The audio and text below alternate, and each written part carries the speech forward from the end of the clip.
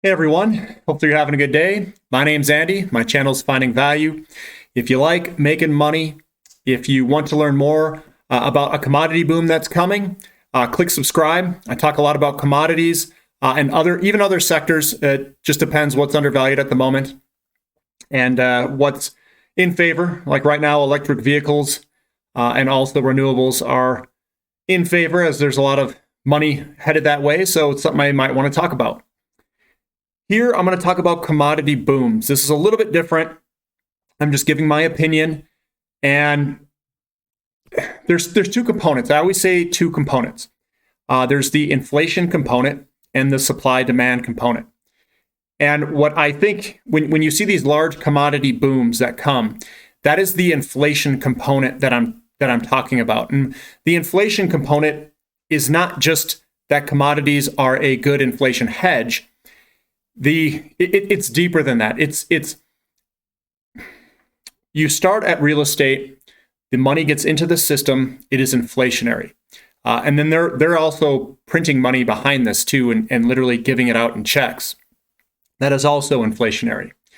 So you have those two components and that inflation's coming.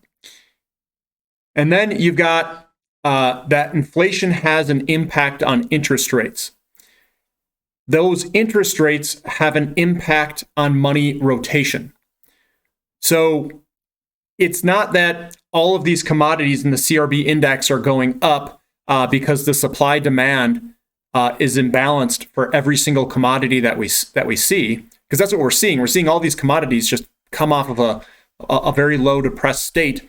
It's not because of supply and demand. It's because of monetary and inflation. That component is starting to kick in. Now, when we have these commodity booms, it's just a rotation of money. It's where people want to put their money, given that inflation's here and that interest rates are creeping higher.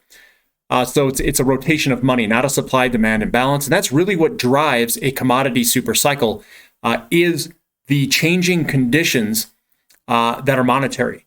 It's not the supply-demand stuff. So I just wanted to clear that up. I wanted to get this through here for this commodity boom presentation and let everybody know. So notice something on the charts. That's where this all kind of came up. All commodities are going up, right?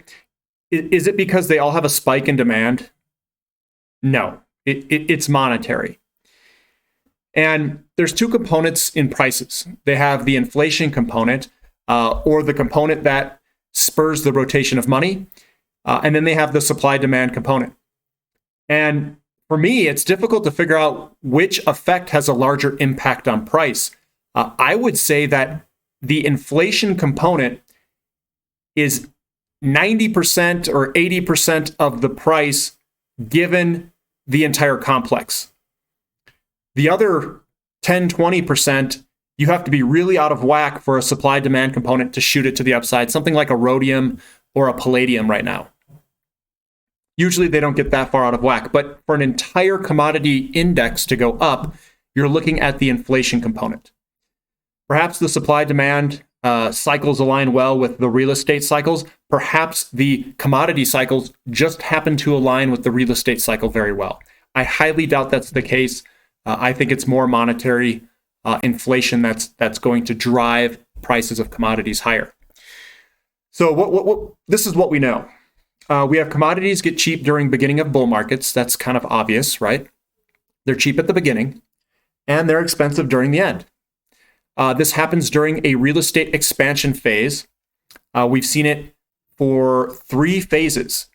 The commodities got cheap every single time at the beginning of a real estate expansion phase, which in my opinion is inflationary and then puts pressures on interest rates. This phase impacts money flows as it affects interest rates. Inflation goes up, interest rates follow. This spurs rotation of money into commodities and precious metals, and that's where you get your super cycle.